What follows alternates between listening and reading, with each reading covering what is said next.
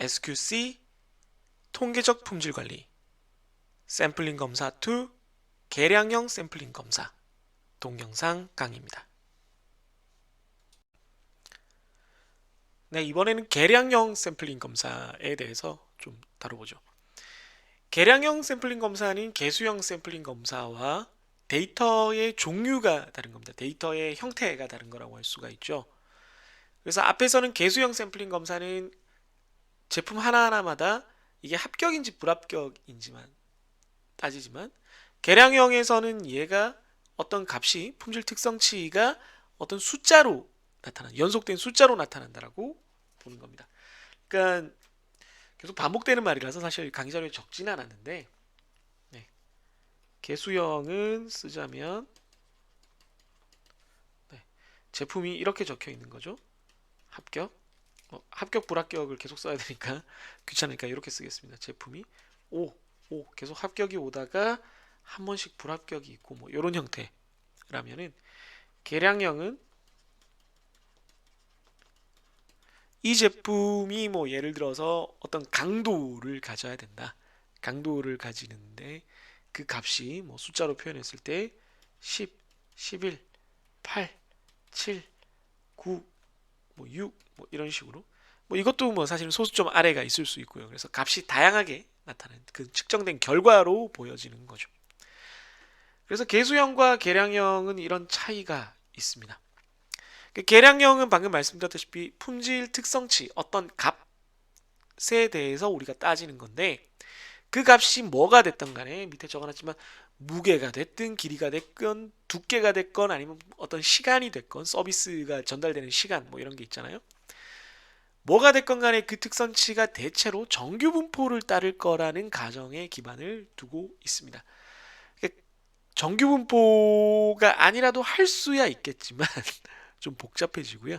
대체로 정규 분포를 따르는 어떤 대상을 우리가, 네, 다루게 됩니다. 더 중요한 거는 샘플의 평균에 대해서는 항상 정규 분포를 따른다는 걸 우리가 알고 있기 때문에, 샘플의 평균의 정규 분포, 샘플의 평균은 반드시 정규 분포를 따른다. 이것도 역시 우리가 필요한 가정이긴 합니다. 그러면 계량형 검사, 개수형 검사가 데이터가 형태가 이렇게 다르기 때문에 앞으로 우리가 이번 시간에 계속 살펴볼 계량형 샘플링 검사는 좀 성질도 달라지게 됩니다. 그러니까 좀 개수형과 하려는 목적도 같고, 또 몇 개를 뽑아서 뭐 어떻게 한다는 부분도 같습니다. 그러니까 샘플링을 한다는 것도 똑같고, 샘플링은 앞에서 배운 걸 똑같이 써요. 근데 그걸 가지고 처리하는 방식이 좀 달라지는데, 그러면서 개수형과 비교되는 어떤 성질들이 있습니다. 그걸 이제 표로 요약을 했는데요. 첫 번째, 샘플 크기를 생각을 해보면, 계량형이 개수형에 비해서 같은 판단을 내리기 위한 개수가 적게 듭니다. 적게 들어요. 이건 뭐랑 관련이 있냐면은 세 번째 것과 관련이 있습니다. 데이터 하나하나가 가져다주는 정보량이 계량형이 개수형보다 많기 때문에 그래요. 이게 뭔 말이냐? 방금 전에 여기 그림 그려놓은 거를 보시면, 개수형은 걔가 합격인지 불합격인지만 줍니다. 근데 계량형은 걔가 정확하게 어떤 값인지를 줘요. 그러니까 개수형이 아슬아슬하게 합격을 했을 수도 있고, 뭐 아니면 넉넉하게 합격을 했을 수도 있는 어떤 제품이, 개수형은 그런 게 없어요. 그냥 합격 끝. 근데 계량형은 얘가 그 우리가 정한 규격에서 얼마나 가까이 있는지, 혹은 얼마나 멀리, 즉 넉넉하게 합격했는지를 숫자로 다 보여줍니다. 그러니까 데이터 하나하나의 정보량이 훨씬 많아요. 거기서 알 수 있게 되는 것이 훨씬 많습니다. 그러니까 하나하나의 정보량이 많으니까 전체 집단을 판단하기 위한 정보가 총 이만큼 필요하다 그러면 개수형은 되게 많아야 되는데 계량형은 몇 개만 있어도 그 정도 정보가 있다는 겁니다. 그죠? 그러면 계량형이 좋은 것만 있냐? 샘플 크기가 적게 들고 정보량도 많다. 당연히 이제 단점이 있겠죠. 뭐 세상에 그냥 좋은 건 없죠. 이게 개수형은 뭐 이렇게 재서, 뭐 예를 들어 요 길이보다 길어야 된다. 그럼 딱 봤을 때 긴 거 같으면 딱 자를 재서 넘치네, 불합격, 이렇게 하면 되는데, 계량형은 얼마나 넘쳤는지를 재야 되죠. 정확히. 그렇기 때문에 시간과 비용이 많이 듭니다. 이해되세요? 그러니까 길이를 재서 우리가 넘친다 안 넘친다를 잴라 그러면 버니어 캘리퍼스 같은 거 이런 거 갖고 와서 우리가 재려는 제품 이렇게 갖고 와가지고 이런 거 갖고 와서 턱 재봤더니 안 들어가요. 이 초록색 도구에. 그럼 불합격. 그냥 끝이에요. 이 도구 하나 이렇게 딱 잘라서 만들어 놓으면 돼요. 뭐 정밀할 필요도 없고 뭐 정확히 길이 나와야 되겠지만 뭐 숫자도 없어도 되죠. 근데 계량형은 이렇게 안 되고 계량형을 하려면 어떻게 해야 돼요? 이렇게 생겨서 여기 눈금 있는 자가 필요하죠. 아니면 진짜 버니어 캘리퍼스나 마이크로미터 같은 거 현장에서 이렇게 써야 됩니다. 그래서 도구도 더 좋은 걸, 더 복잡한 걸 써야 되고 그걸 또 정확히 읽어야 되고 이런 여러 가지 좀 괴로움, 귀찮음이 있습니다. 그래서 장점과 단점이 섞여 있지만 어쨌든 계량형과 개수형의 이런 차이가 있다. 그런 게 우리가 좀 알 수가 있다는 거고요. 개수형 샘플링 검사에서 어지간한 건 다 설명을 했어요. 그래서 계량형 샘플링 검사에서 기본적인 개념을 다시 설명하진 않고요. 계량형 샘플링 검사에서 말씀드리고 싶은 거는 제일 기본이 되는 규준형 1회 샘플링 검사 KSQ0001 이게 이제 개수 규준형에서도 똑같은 건데 계량에서는 이게 적용되는 방식이 조금 달라요. 네, 그래서 OC 커브 이런 건 따로 설명을 안 할 테지만 이 샘플링 검사 방법이 1회 샘플링 검사가 계량형에서는 어떻게 달라지는지를 좀 자세하게 설명을 드릴 거고요. 그 다음에 3951-1이 계량형에 대한 단일 품질 특성 및 단일 AQL에 대한 로트별 검사를 위한 합격 품질 한계 지표형 1회 샘플링 검사. 그러니까 AQL 1회 지표형이라는 건 똑같은데 2859-1이랑 똑같은데 여기 보면 계량형이다 보니까 한 제품에서 품질 특성이 여러 개 나올 수 있다 그랬잖아요. 그 중에 이제 하나만 따지는 그런 케이스가 되겠습니다. 그래서 요거에 대해서 뭐 또 거의 비슷한데 한번 언급을 하고요. 그 다음에 축차 샘플링 검사는 똑같아요. 똑같은 거라서 842에 대응되는 지금은 842는 폐지됐다 그랬죠. 842에 해당되는 8423에 그런 게 있다라는 것만 언급을 드리겠습니다. 그럼 이제 대부분의 내용은 개수 및 계량 규준형 1회 샘플링 검사 표준에서 계량 파트가 어떻게 되느냐 하는 것일 텐데요. 한번 같이 보시도록 하시죠. 계량 규준형 1회 샘플링 검사입니다. KSQ0001에 해당하는 거고요. 기본 이론들인데요. 형태가 개수형이랑 일단 좀 다릅니다. 개수형은 이제 각각의 합격 불합격만 있으니까 불합격이 몇 개냐만 따져요. 근데 계량형은 샘플 개수를 따지는 건 똑같은데 요 뒤에가 좀 달라집니다. 요 뒤에가 요런 게 생겼죠. X바 U입니다. 이게 무슨 얘기냐? 어떤 제품이 길면 좋은 경우가 있고 작으면 좋은 경우가 있잖아요. 우선은 지금 여기서는 망소 특성만 가지고 좀 설명을 드리겠습니다. 헷갈리니까 나중에 이제 망대 특성의 경우에는 어떻게 되느냐도 다시 한번 설명드리겠지만 기본적으로 망소 특성 즉 작으면 좋은 경우입니다.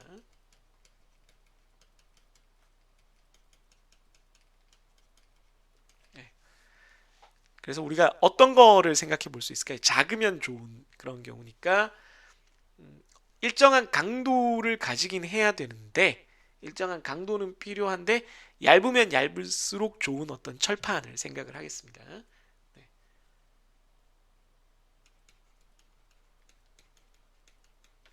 철판 뭐 철판으로 하죠.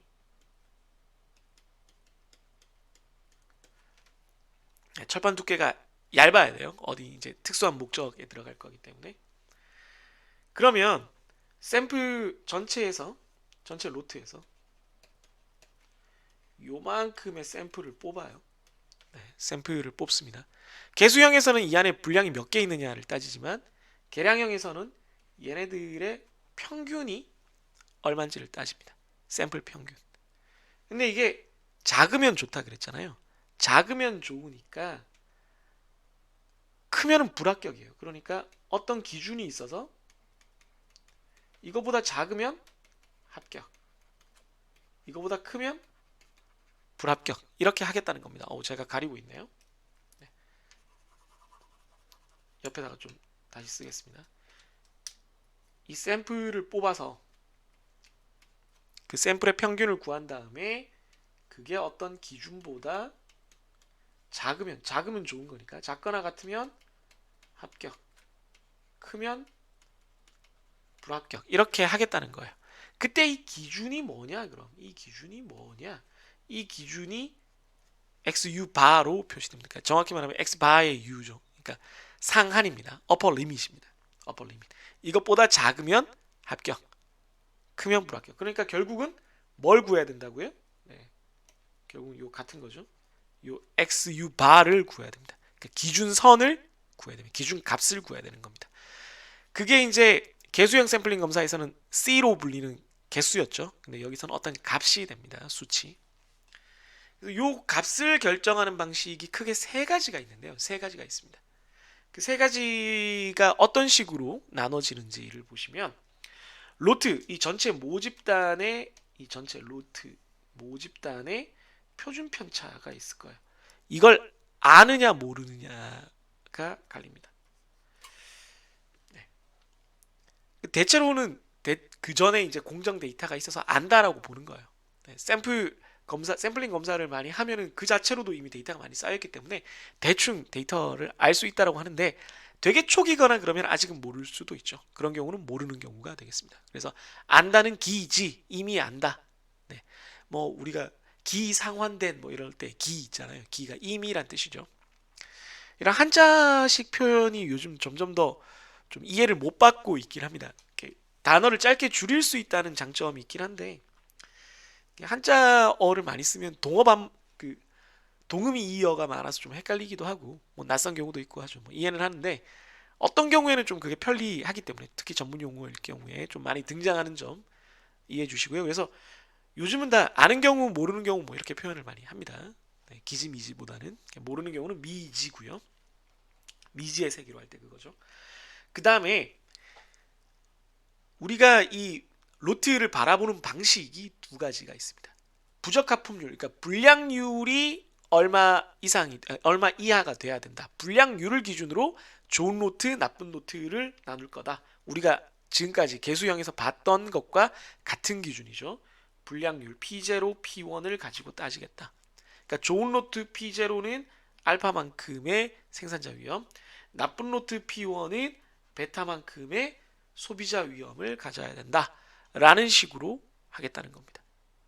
네. 그걸 가지고 어떤 기준, 방금 말한 n과 x 유바를 구할 수 있고요. 그게 아니고 좋은 노트가 불량률이 평균 몇 개고 나쁜 노트가 불량률이 몇 개고 이건 난 모른다. 나는 몰라. 왜냐면 그 합격 불합격 내가 뭐 그렇게까지 안 해봤어. 그냥 좋은 노트는 평균이 얼마고 어떤 값이 지금 철판 두께면 좋은 노트는 철판 두께가 얼마고 평균적으로 나쁜 노트는 평균적으로 두께가 이렇게 두꺼워지는 놈들이다. 평균 두께가 이런 노트는 우리가 다 불합격시키고 싶고 평균 노트가 이렇게 얇은 그런 노트는 최대한 합격을 시키고 싶다. 이런 식으로 평균 값을 기준으로 좋은 노트, 나쁜 노트를 따질 수도 있습니다. 그래서 다시 한번 말하지만 계량형에서만 가능한 거예요. 개수형에서는 그 구체적인 값은 모르죠. 합격 불합격만 하니까 왼쪽 방식만 가능한데 계량형에서는 오른쪽 방식이 가능하다는 겁니다. 그래서 좋은 노트에 대해서는 역시 알파 생산자 위험이 이 정도 이하가 되게 조절하고 나쁜 노트 평균값이 이렇게 커진 놈에 대해서는 지금 망소 특성인 기준이니까 그래요. M1인 평균이 되게 커진 그런 경우에 대해서는 베타 정도의 소비자 위험 얘가 가능하면 합격하지 않았으면 좋겠는 베타 이하로만 확률로 합격을 했으면 좋겠는 그런 기준을 가지고 우리가 역시 샘플링 검사를 설계를 하겠다라는 겁니다. 그럼 이 두 가지 방식이 로트 표준 편차 시그마를 아는 경우에 대해서는 이렇게 방식이 잘 나와 있고요. 모르는 경우에 대해서는 왼쪽 방식 로트 불량률, 부적합품률을 기준으로 하는 방식은 계산 방식이 나와 있는데 평균값 보증 방식은 이게 불가능해요. 네, 시그마를 모르면 얘는 못하는 방식입니다. 그래서 이렇게 세 가지 방식에 대해서 우리가 배우게 되고요. 왼쪽 방식과 오른쪽 방식 나중에 이제 잠깐 보여드리면서 좀 놀라실 텐데 수식이 많거든요. 그러나 여러분한테 그걸 수식을 계산하라고는 하지 않으니까 너무 겁먹지 마시고요. 왼쪽과 오른쪽 방식에서 또 다른 차이점은 왼쪽 방식, 그러니까 위쪽만 보시면 돼요. 아래쪽은 거의 비슷한 거라서 왼쪽 방식은 규격이 주어져요. 규격. 규격이 주어집니다. 그러니까 지금 철판 두께면 철판 두께가 몇 미리보다 얇아야지 합격이다. 이렇게 규격이 주어져요. 그러니까 규격 상한이죠. 이것보다 크면은 규격 외, 즉 불량이라는 게 주어집니다. 근데 로트 평균값 보증은 그건 없어요. 그러니까 딱 얼마보다 크면은 그 불량이다 이런 건 없고 그냥 연속적으로 이렇게 봤을 때 이쪽은 M 평균값이 없으니까 이 기준으로 여기는 안 좋아, 나쁜 로트, 여기는 좋아, 좋은 로트 이렇게 구별하겠다는 겁니다. SU를 가지고. 근데 얘는 그렇게 안 하고 이 경계는 몰라요. 경계는 모르겠고 평균값이 이쪽이면 좋아, 평균값이 이쯤이면 나빠 이렇게 하겠다는 겁니다. 네. 경계만 놓고 좌우를 가르느냐 아니면 목표 지점을 갖고 경계가 희미하냐 이런 식으로 왼쪽 오른쪽을 좀 다르게 볼 수도 있습니다. 이게 둘 다 이제 필요하니까 또 그렇게 할 수 있으니까 만든 방식이니까요. 좀 자세히 들여다 보시면서 이따 추가적으로 각 파트를 설명을 드리도록 하겠습니다. 지금 시그마를 아는 경우 그러니까 로트 전체의 분포의 3포죠. 3포. 3포를 아는 경우와 모르는 경우로 지금 나눠서 보고 있는데 그럼 이걸 어떻게 아느냐? 그러면 아래쪽에 적어놨지만 생산이 어느 정도 안정되면 계속 이제 샘플링 검사를 했을 때의 데이터 혹은 과거 경험을 가지고 공정의 표준 편차를 뭐 바로 계산하거나 추정하거나 할 수 있습니다.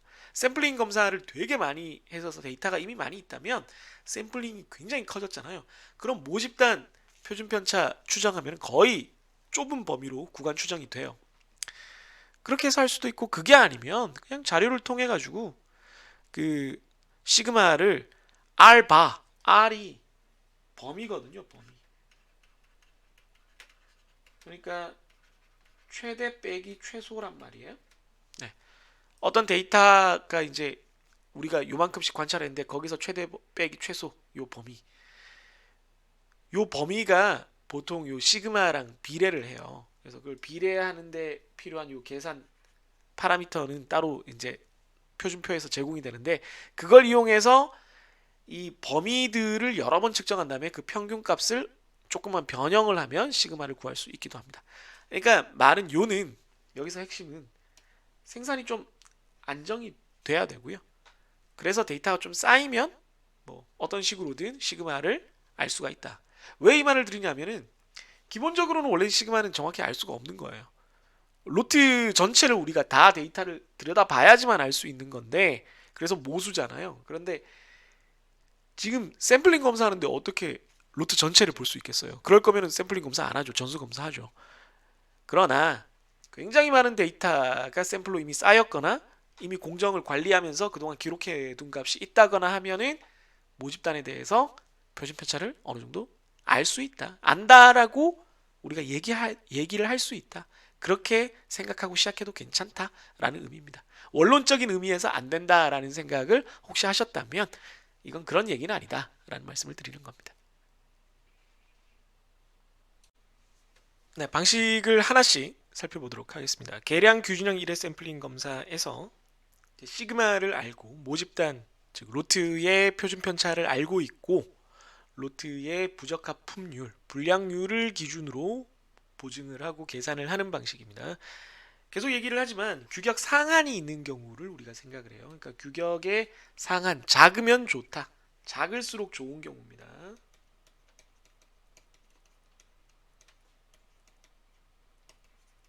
이걸 망소 특성이라고 불러요.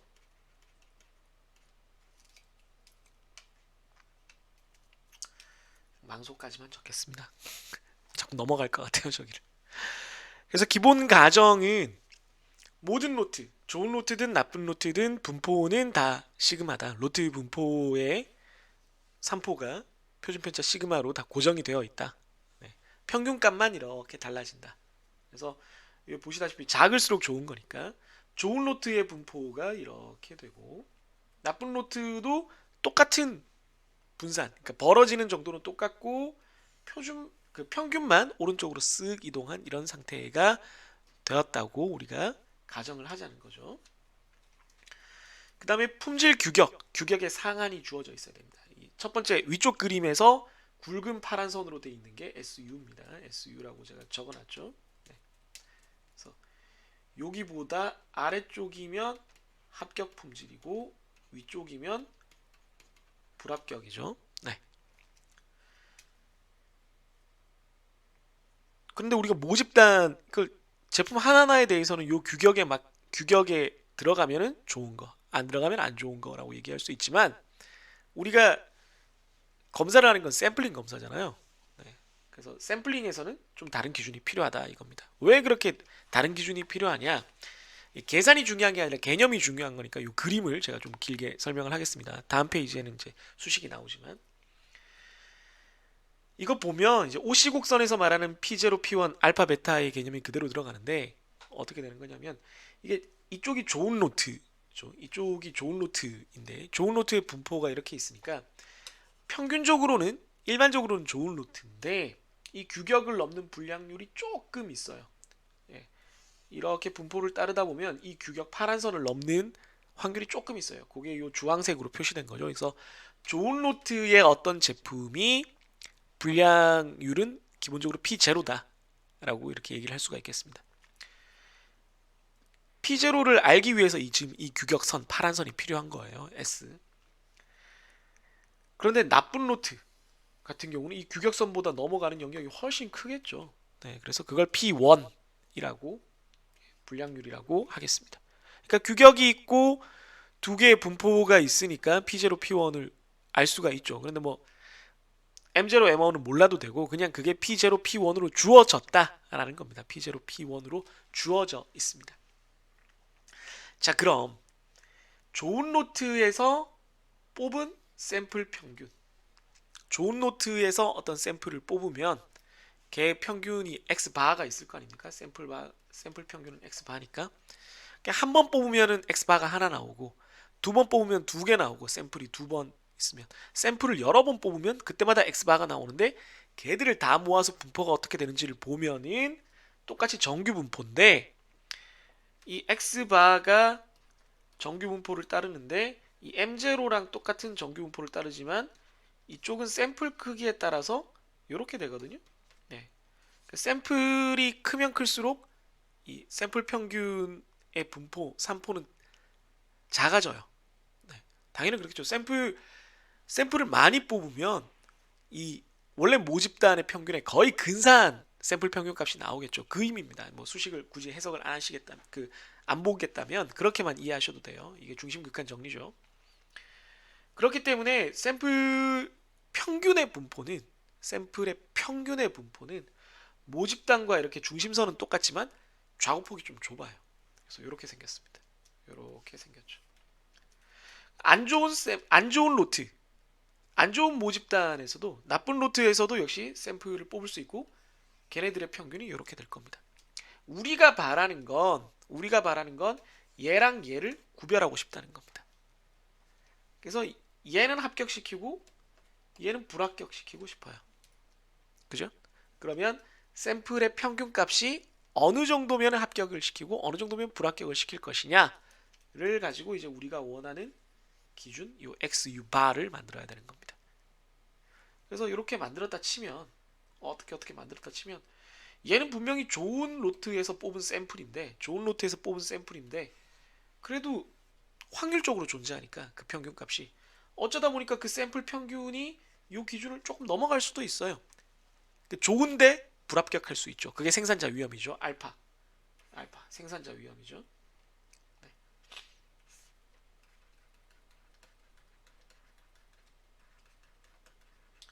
다 아는 거지만 한 번 더 적어봅니다.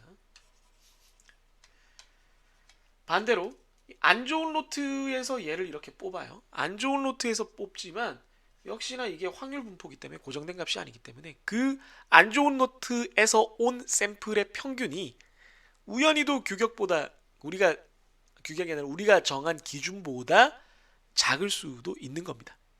예, 그래서 합격을 해버릴 수도 있어요. 그럼 이거 안 좋은 노트인데 우리가 합격을 했으니까 네, 소비자 위험이 되겠습니다.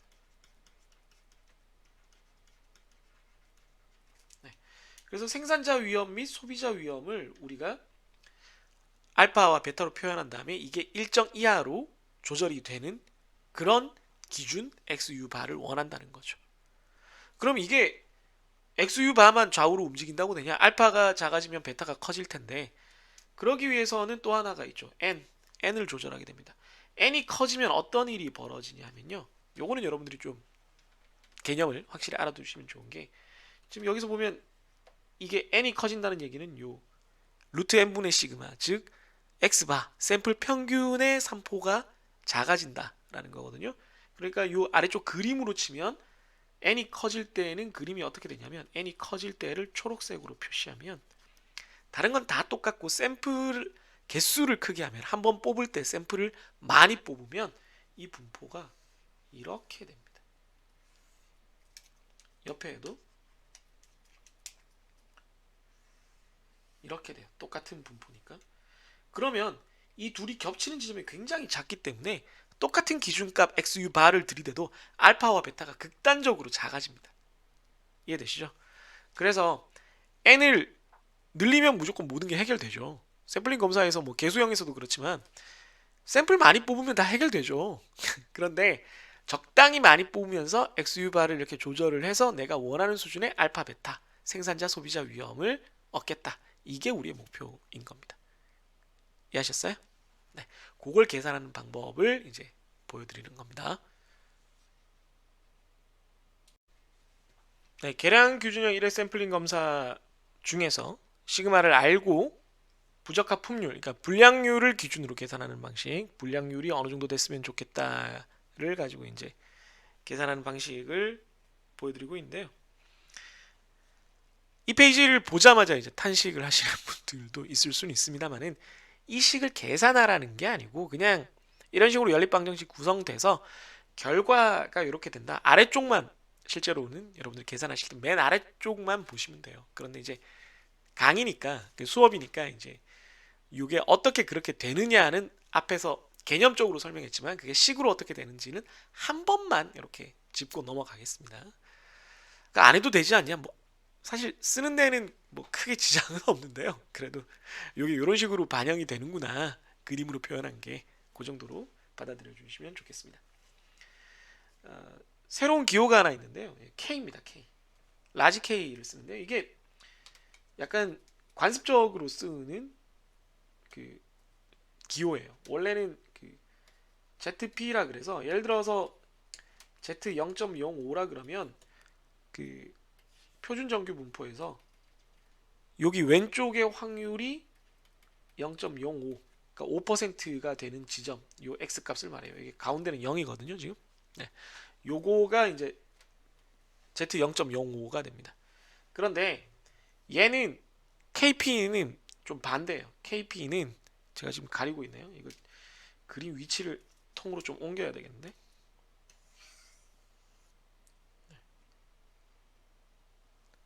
좀 옮기면 옮겨졌죠. 또 화면이 좀 당겨졌네.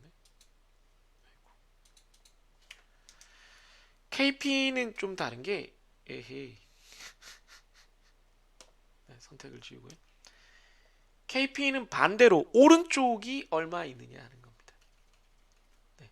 여기가 0.05 남아 있을 때 이거를 K 0.05라고 부릅니다.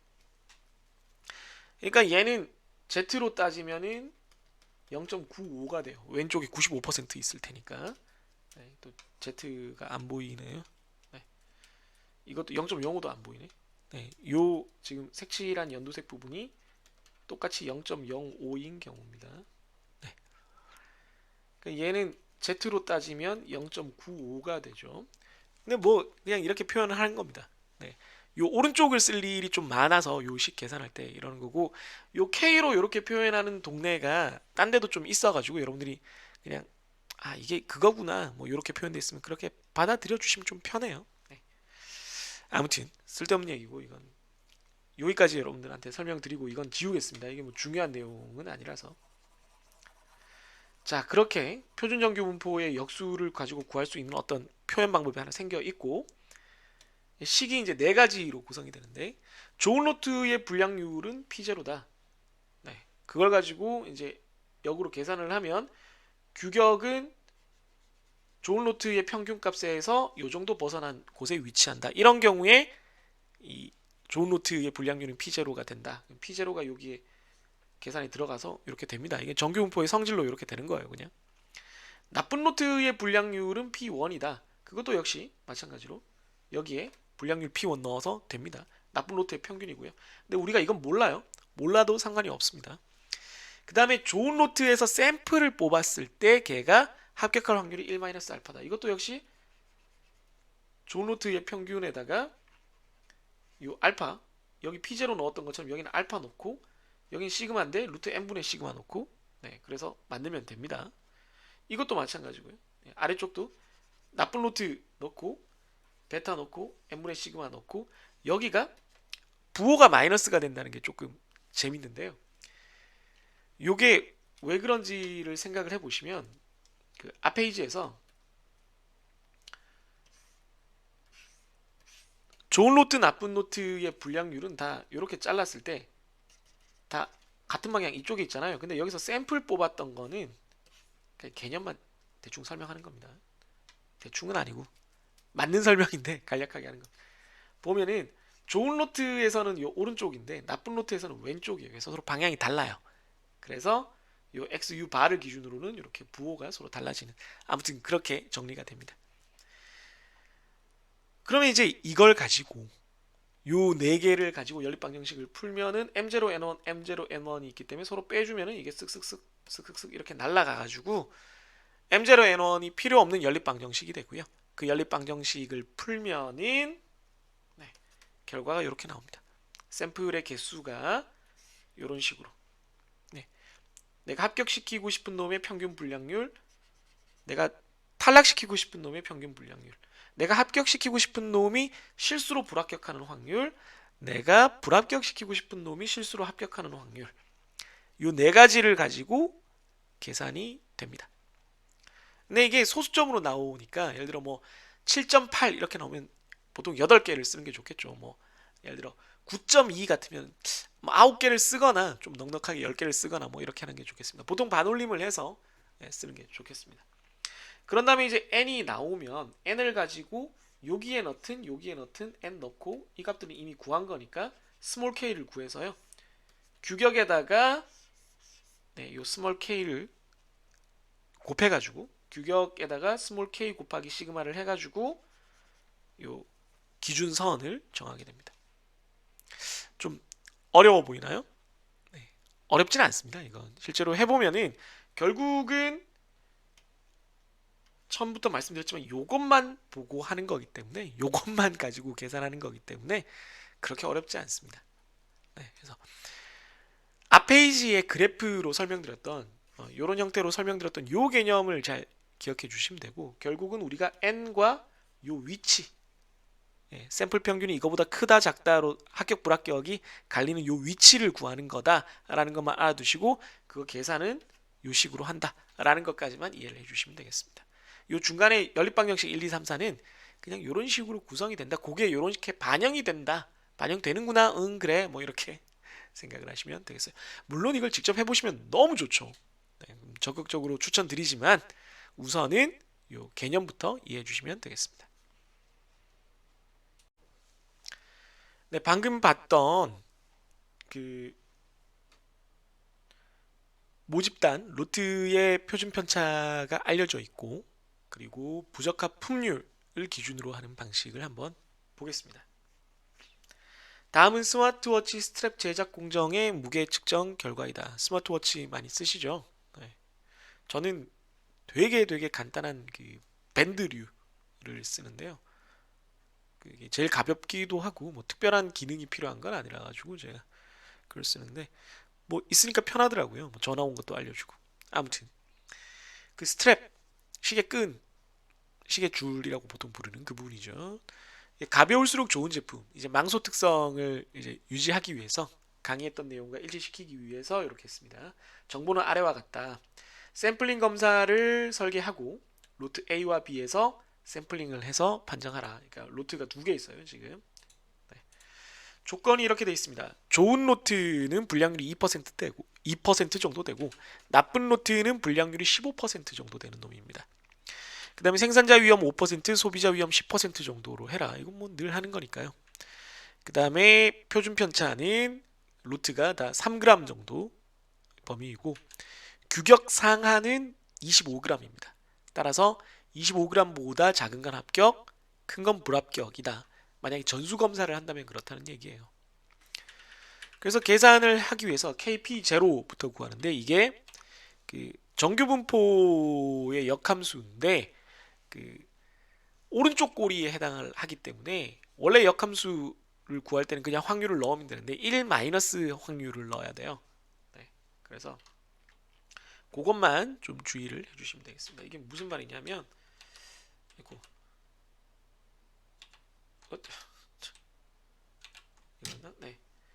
그림을 아까도 그림을 그려 드렸었는데 네, 이렇게 했을 때 지금 P0에 관한 거니까 P0가 이거잖아요. 2%니까 여기가 2%가 되는 거거든요. 네, 그러면은 여기가 정규 분포로 따졌을 때는 98%가 되는 지점을 찾는 겁니다. 네. 그래서 98%에 대한 표준 정규 분포 98%에 대한 역함수를 구하는 게 되겠습니다. 그래서 보면 98% 1-2%가 들어가죠. 네, 1-2%가 들어가고 있습니다.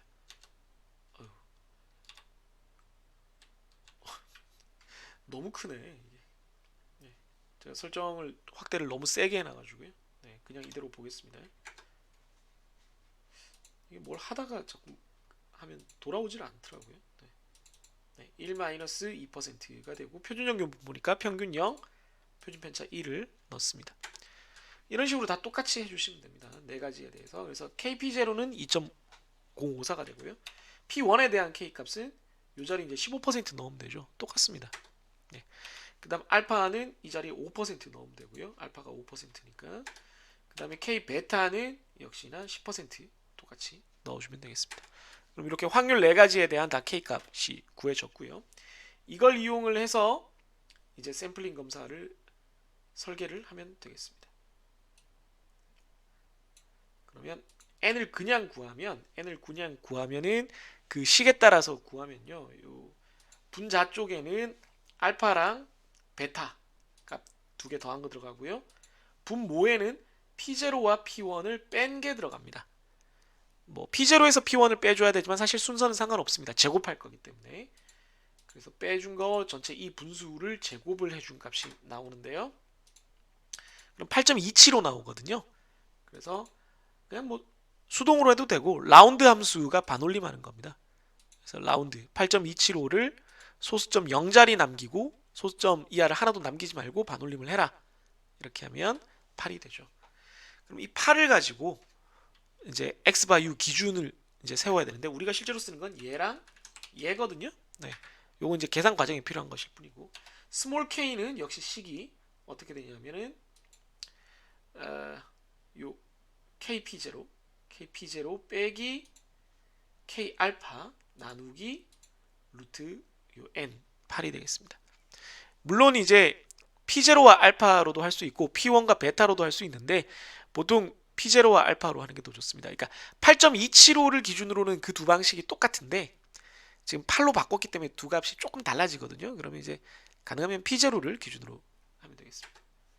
그러면 이제 그걸 가지고 했으면 여기 B11은 뭐냐면 요 규격이거든요. 규격 25g에서 요 스몰 k 곱하기 표준 편차 3 만큼 줄어든 곳에 20.583g이 기준이 되겠습니다. 20.583g보다 작으면 좋은 거니까 샘플 평균이 이것보다 작으면 합격이고 샘플 평균이 이것보다 크면 불합격이 되겠습니다. 이렇게 샘플링 검사를 설계를 하게 돼요. 요거랑 요거를 구하는 게 전부입니다. 이해되셨죠? 그러면 이걸 가지고 이제 실제로 어떻게 했느냐 샘플링을 실제로 한번 수행을 해보죠. 지금 보면은 로트 A와 로트 B가 있습니다. 둘 다 데이터들이 있어요. 보시면 데이터가 제가 어느 정도 해놨죠? 네. 로트가 각각 100개로 구성이 되어 있네요. 그래서 이 스트랩의 무게가 이렇게 표현이 되어 있는데 얘는 평균이 평균이 지금 보시면 18.2입니다. 그리고 그 중에 불량 개수가 얼마냐 하면은 요 범위를 보시면 요 카운트 if가 요 범위죠. 그 중에 같거나 크다. 뭐보다 25g보다 같거나 크면 불량이라는 거죠. 원래는 뭐 크면 불량인데 뭐 크나 같거나 크나 똑같습니다. 그래서 불량인 게 하나밖에 없습니다. 이 로트 B에 대해서는 똑같이 에버리지를 해봤더니 훨씬 무겁고요. 21.5g이고요. 이것도 역시 이게 무게라는 것을 여러분들이 써주는 게 좋겠습니다. 얘들도 다 g인데 쓸 자리가 없어서 그래요. 부적합수는 똑같은 식, 이 범위, 이 데이터 전체의 범위에 대해서 다음보다 큰 놈을 세라. 따옴표로 크다를 쓰고 and 기호 쓰고 요 25g 넣어주면 네, 16개나 분량이 나옵니다. 그러면 100개 기준이니까 이쪽은 분량이 1%, 이쪽은 분량이 16%나 되네요. 좀 많습니다. 그런 다음에 이제 난수를 제가 일단 쭉 넣어놨고요. 양쪽 다. 그래서 지금 샘플을 뽑아서 비교를 해야 되는데 샘플 8개 뽑으라고 돼 있잖아요. 그럼 샘플 8개를 뽑으면 됩니다. 이제 샘플 뽑는 건 우리 이제 꽤 많이 했잖아요. 한번 뽑아 보겠습니다. 샘플은 뭐 여기 적혀 있는데 제가 지우고 한번 또 해보죠. 오랜만에. 옵셋 A 로트에서 뽑은 샘플 A입니다. 그러니까 데이터 A가 기준이 되니까 여기에다 이 자리에다가 고정을 해놓고 그런 다음에 아래쪽으로 몇 번 갈지는 랭크를 하는데요. 첫 번째 줄이니까 요 난수를 사용합니다. 얘가 전체 난수 중에 몇 등이냐 F4 이렇게 하면 되고 이동은 오른쪽으로는 안 한다 0이다 이렇게 되겠습니다. 그렇게 해서 요걸 8칸에 모두 복사를 컨트롤 V를 해주면 이렇게 나오죠. 샘플 B도 똑같습니다. 이쪽도 보시면 역시 오프셋 기준 위치는 데이터가 있는 것보다 한 칸 위죠. 그런 다음에 아래로 몇 칸 갈지를 랭크 함수를 써서 요 각 줄에 해당하는 난수가 도대체 몇 등인지를 찾아보라는 거죠. 네, 그래서 그걸 가지고 이렇게 난수 중에서 몇 등인지 그리고 오른쪽으로는 안 움직일 거니까 0을 넣고요. 이렇게 해서 구했습니다. 로트 A에서 샘플 8개, 로트 B에서 샘플 8개 뽑았습니다. 그래서 평균값을 구했더니 평균값을 이렇게 구했죠. 샘플 A는 18.3g이 나왔으니까 우리가 정한 기준 20.583g보다 작죠. 그래서 합격입니다. 샘플 B에서 나온 것들의 평균은 21.1g입니다. 그랬더니 우리가 정한 기준값보다 크죠. 그래서 불합격입니다. 그래서 A 로트는 다 합격시키고 B 로트는 다 불합격시키면 되겠습니다. 실제로 이제 계산 과정은 요 수식이 중간중간 요 K값 구하는 거는 뭐 어렵지 않은데 여기랑 여기가 살짝 조금 헷갈릴 수는 있습니다만은 정리된 그 강의 자료에 있는 정리된 식을 그대로 엑셀로 옮겨 쓴 것에 불과하기 때문에 그다지 어렵지는 않습니다. 그 다음에 같은 페이지지만 일부러 위아래로 나눠서 요 실제로 샘플링을 하는 과정은 완전히 따로 분리를 했으니까요. 이렇게 샘플링 검사 설계를 해놓고 그 실제로 수행하는 거는 좀 따로 분리해서 생각을 하시면 되겠습니다. 실제로 샘플링 검사를 수행하는 거는 요 8과 20.583만 보면 되는 거거든요. 네, 그래서 샘플링에서 평균 구해서 이거보다 크냐 작으냐를 따지고 작네? 작으면 좋은 거잖아. 합격. 이렇게 판단을 내리게 됩니다. 한 번만 따라 해보시면 사실 그렇게 어렵지는 않습니다. 네. 첫 번째 예제 같이 한번 봤습니다. 실습.